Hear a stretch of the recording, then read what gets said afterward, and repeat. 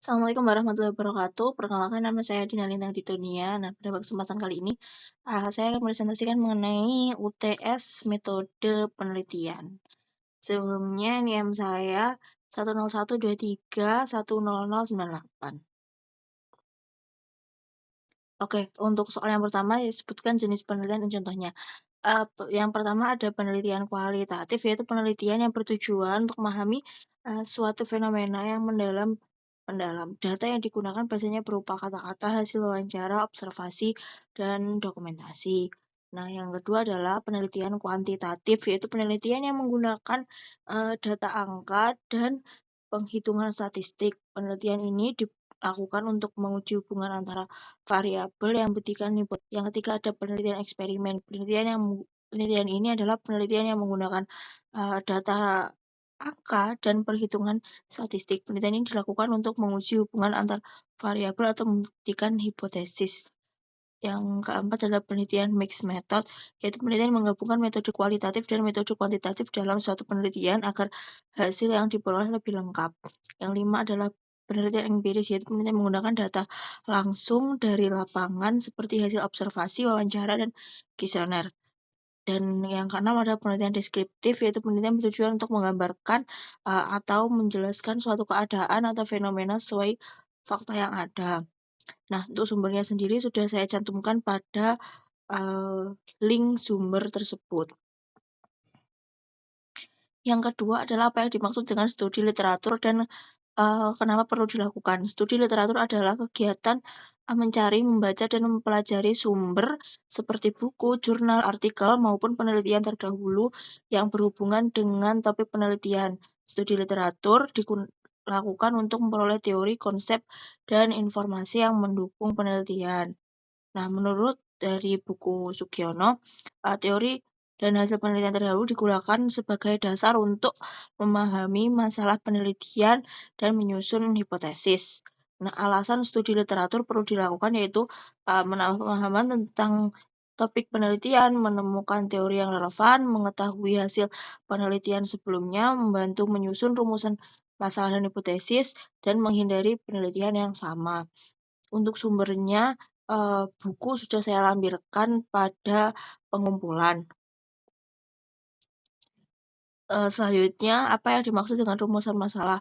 Menurut buku yang sama, Yudi Sugiono, rumusan masalah adalah suatu pertanyaan yang akan dicarikan jawabannya melalui pengumpulan data. Yang ketiga, apa yang dimaksud dengan hipotesis? Sebutkan kriteria dan sumber hipotesis yang baik.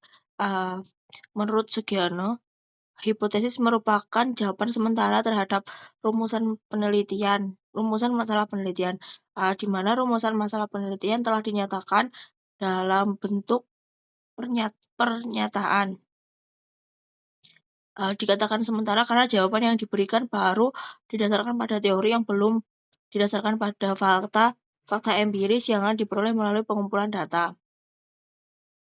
Nah, sebutkan kriteria sumber hipotesis yang baik. Menurut Sugiono itu, kriteria hipotesis yang baik adalah A. Merupakan dugaan terhadap keadaan variabel mandiri, perbandingan keadaan variabel pada berbagai sampel, dan merupakan dugaan tentang hubungan antara dua variabel atau lebih. Pada umumnya, hipotesis deskriptif tidak dirumuskan. Yang B, dinyatakan dalam kalimat yang jelas sehingga tidak menimbulkan berbagai penafsiran. C, dapat diuji dengan data yang dikumpulkan dengan metode ilmiah. Nah, untuk soal ketiga, sebutkan ada berapa variabel di atas, jelaskan jenis variabel di atas. Yang pertama adalah product presentation, itu merupakan variabel pertama, yaitu merupakan variabel independen atau X1. Variabel independen adalah variabel ini adalah yang mempengaruhi variabel yang lain. Yang kedua ada musik, yaitu variabel independen 2, yaitu variabel bebas yang memberikan pengaruh juga. Selanjutnya ada emotional states dalam kurung PAD, yaitu variabel intervening, yaitu variabel perantara antara variabel bebas dan variabel terikat. Terus ada attitude towards the site, yaitu juga merupakan variabel intervening juga, yaitu variabel yang menjadi penghubung antara pengaruh. Selanjutnya ada purchase intent, yaitu variabel independen atau Y, yaitu variabel yang dipengaruhi oleh variabel yang lain. Yang kedua ada rumusan masalah. Nah, setelah mengetahui hipotesis, maka rumusan masalahnya adalah apakah produk presentation berpengaruh terhadap emotional stage, apakah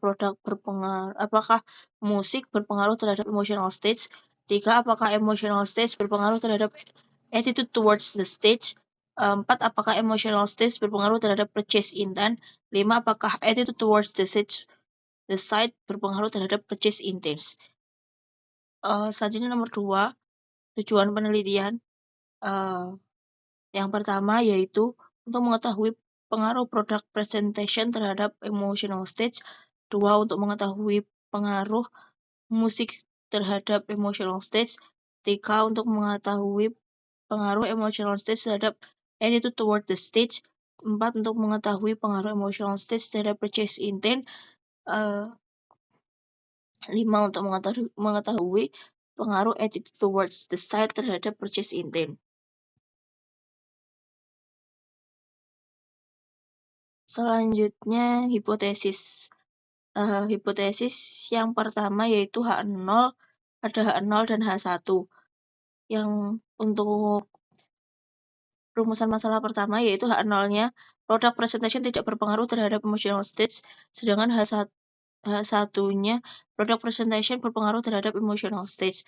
Yang kedua, H0 kedua yaitu musik tidak berpengaruh terhadap emotional stage, sehingga H1 yang kedua, musik berpengaruh terhadap emotional stage.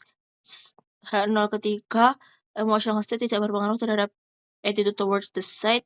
H1 ketiga, emotional state berpengaruh terhadap attitude towards the site. 4, H0 keempat, yaitu emotional state tidak berpengaruh terhadap purchase intent. H14 yaitu emotional state berpengaruh terhadap purchase intent. 5, H05, attitude towards the site tidak berpengaruh terhadap purchase intent. H15, attitude towards the site berpengaruh terhadap purchase intent.